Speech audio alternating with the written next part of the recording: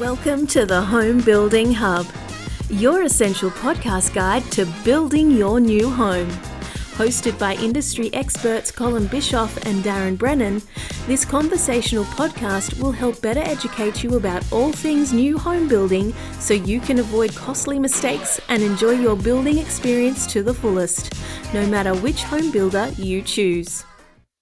Hey there, folks. Welcome to the Home Building Hub. You're with Colin and co-host Darren Brennan, as always. And Darren, let's cut straight into this one.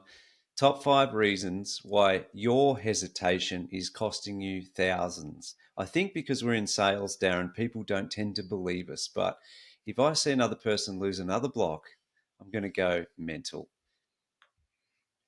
There's plenty of that going on at the moment, mate. So, and hesitation's always been there, but I feel like at the moment people are more hesitant than ever.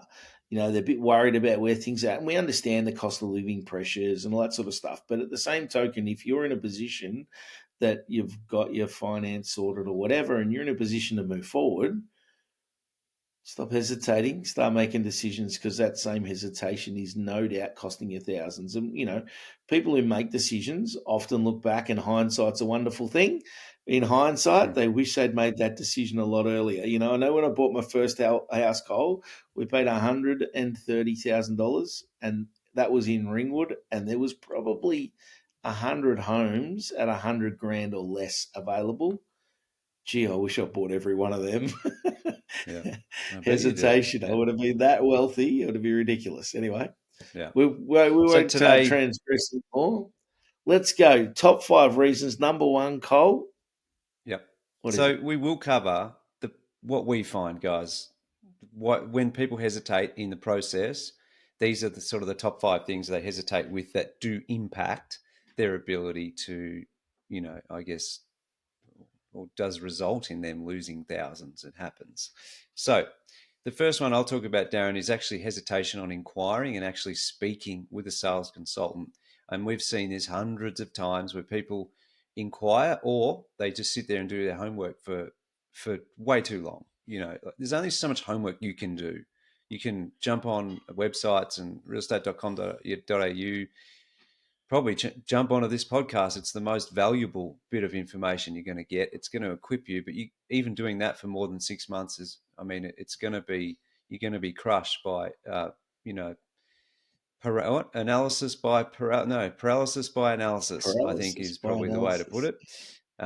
So one of the things that probably frustrate our industry, our salespeople, are people who inquire and want to do everything over an email.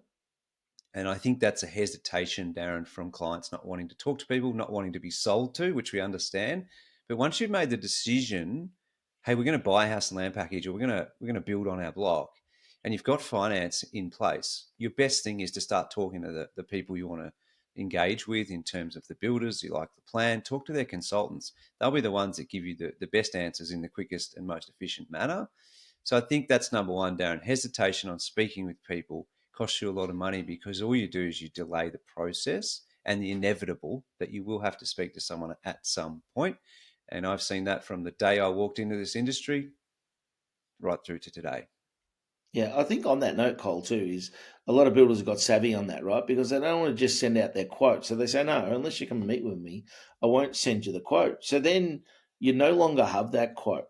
So by not going and visiting them, talking to them, right, and running through the quote, you know, there's a fair bit going to a quote, and there's different things that different builders offer. I guess it's giving that builder that opportunity to present that to you. You know, it is presenting it to you. It's talking you through all the elements that make up that quote, and then also the other elements that you don't see. For example, the standard inclusions that you may not have even considered, right, as part of that. So it's really important to go and talk to them, like you say. Yeah. I think it's one of the totally killers agree. out there. Sorry, I didn't add to the end of that, which you reminded me there, is that just put yourself in their shoes. If you've got 10 people to talk to and help with with questions around a purchase of whatever product that is, and 3 of them just want to do it on email and they don't want to give you the time of day, that those 3 people go to the bottom of the pile real quick, right? And that's just the way it works. Absolutely. So you actually want to be looked Yep. after, you've got to be engaging with the person who's there to help you and try and provide a price and answer all your questions and things like that. So that hesitation does bite you in the bum a little bit with the way the consultant, and rightfully so, will want to, or probably more importantly, Darren, not want to engage with you if you're not willing to give them a little bit of your time in return. Absolutely. I guess number two, mate, is hesitation in securing a block of land. And what we mean by that is we see it often where people, they procrastinate, and then before they know it, that block's actually been sold to someone else. And even though the market's not flying, it's going okay, but it's not absolutely flying, it's still happening. We're still having those conversations with our teams that, the customer missed out on that block, and then there's nothing else that suits them. It's, might be the right orientation, it might be the right size, it might be, all those things. And they're looking and looking to try and find the next best option. Could be zoned to a particular school or right around the corner from their friend. They've missed out because they're procrastinating, they're thinking about it. I might want to try and screw them for another $1,000 off, whatever that might be, to try and get the right deal. And all of a sudden it's gone. They're like, well, I was going to buy that. Well, mate, you missed out. And guess what? That missing out probably just cost you thousands of bucks because it was the last lot. It was the last opportunity to get it at that price. So, yeah. So it's number two, missing out on securing the block. Make sure you make a timely decision. Again, you don't want to be rushed into it. But at the same token, if you're ready to go, make the decision to buy it.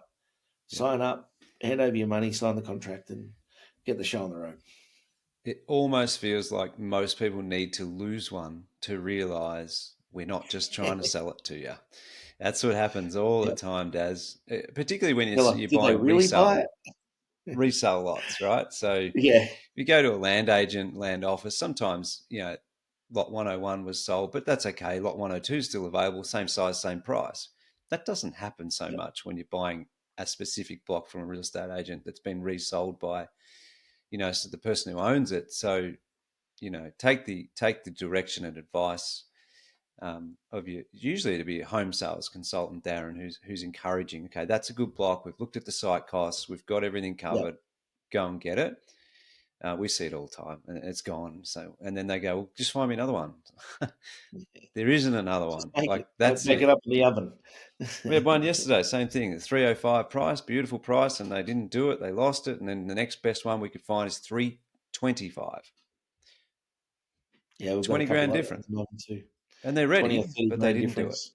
do it. Yeah. Anyway, the number three hesitation is on securing the build with a deposit, signing a contract, or just continually being indecisive and changing your mind, revisiting every decision over and over. I think we do come across a lot of clients, Darren, who are their own worst enemy, because they make a decision to go left, and then they go, no, actually I'll go right, and then they no, actually I'll go back to left, and they keep doing that back and forth, and it's understandable because there's so many things to deal with in the build component, but builders have become so good at making it as simplified as possible. That house, those site costs, that promotion, those inclusions, and those upgrades you told me. That's the price. Like they can simplify it, right? But I think the more and more complex jobs, you're rightfully going to be going back and forth. I'm not really talking about those big dollar ones, complex jobs, fair enough. I'm more talking about the first home buyers or the investors who become too emotionally attached to it. Spending, like we had a client spending 3 weeks working out what brick to choose on an investment property. And I just felt like grabbing them through the phone and saying, who gives a shit what brick it is, mate? Don't worry about it. Just push ahead. We've got pallets, 3 good pallets that have been designed by people who are far better than you and I at colours. Yeah. Just pick one and push ahead. So now that 3 weeks has pushed his site start into probably, it's delayed. And, he could have gone this side of Christmas in a site start, got the slab down over the break and pushed ahead. Now it's potentially delayed him 2 or 3 months because he's sat there. You know what I mean? This indecision. 2 or 3 months of repayments on the land only is thousands of bucks, which is what we're talking about, right? So that hesitation you probably is have to pay more for. That's not going to make it look any better anyway.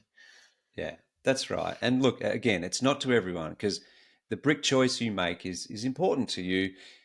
If it's your home, it's owner occupied. I get that. I'm just saying, for some people, your hesitation in terms of securing, I guess, making too many decisions and changing your mind so many times is actually really hurting you.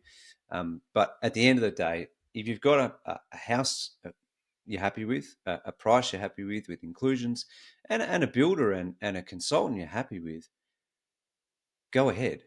Don't sit there and wait, because that consultant's going to move on to the next person, and you might lose that promotion, you might lose that discount. Because the last time I checked, Darren, I'm not sure if we got better discounts. Like, you know what I mean? Like, you My can't go opinion back and get is a the land discounts, the house discounts are at the best level they've been. This is it. There's all the talk, we're at the bottom of the market. If you're trying to pick the bottom of the market and think you're going to get more, you're probably kidding yourself. And by the time you spend that time doing so, you might be months later getting to site. So you saved $4,000, but it cost you 6 or 8, because you've yeah, had to make extra payments on your land only. It's just, yeah. be wiser than that. Yeah. So, and just to finish that point off, there's other areas of hesitation when it comes to the build. So the deposit, the initial deposit, is one area. Okay, just being indecisive about, okay, we're happy with this package, let's go and get it to colours or contract. Another one we find is people, tossing and turning over their drawings for weeks and weeks and weeks. In our business, that happens, and that then Yeah. delays their site start and a range of other things. Now, what happens when your site start is delayed is obviously you're paying more in interest. But the other thing is it can impact your design. So this is one that most people don't realize or understand. So if you buy a block in an estate and the neighbor next door hasn't built yet, and you go and build first, then you'll build what you want to build. No problem. But if you're building and the neighbors have just started and you're delaying your site start because of indecision, and then by the time you get to the permit stage, they've already reached their occupancy permit, your house may need to be redesigned. If it's a double story, because of overlooking issues. If it's a single story, because of um, let's just say there's a term for it, but we'll say the space between a habitable window and your house needs to be a certain distance. And if they've already built, they're in prime position and you have to work around them. So your Yeah. hesitation by a month or 2 or 3 could have been the difference, because they could have been only at lockup and then you're got a permit and off you go, as an example, So Well, they these set their things house can back. impact. They set their house back at 6 meters, but you need yours at 4 to fit on the block. And there you Yeah. need to go and apply for dispensation. That costs money, costs time, may Yeah. or may not be approved. So, There are certainly plenty of challenging. reasons. Indecision generally means it's going to cost you something. So Yep. be mindful of that, I guess. Number 4, Cole, hesitation on getting a second opinion on finance. And what I mean by that is we see a lot of people getting knocked back on finance. And I saw a guy just this week, and that's what made me put this on the list. But, we've seen it time and time again.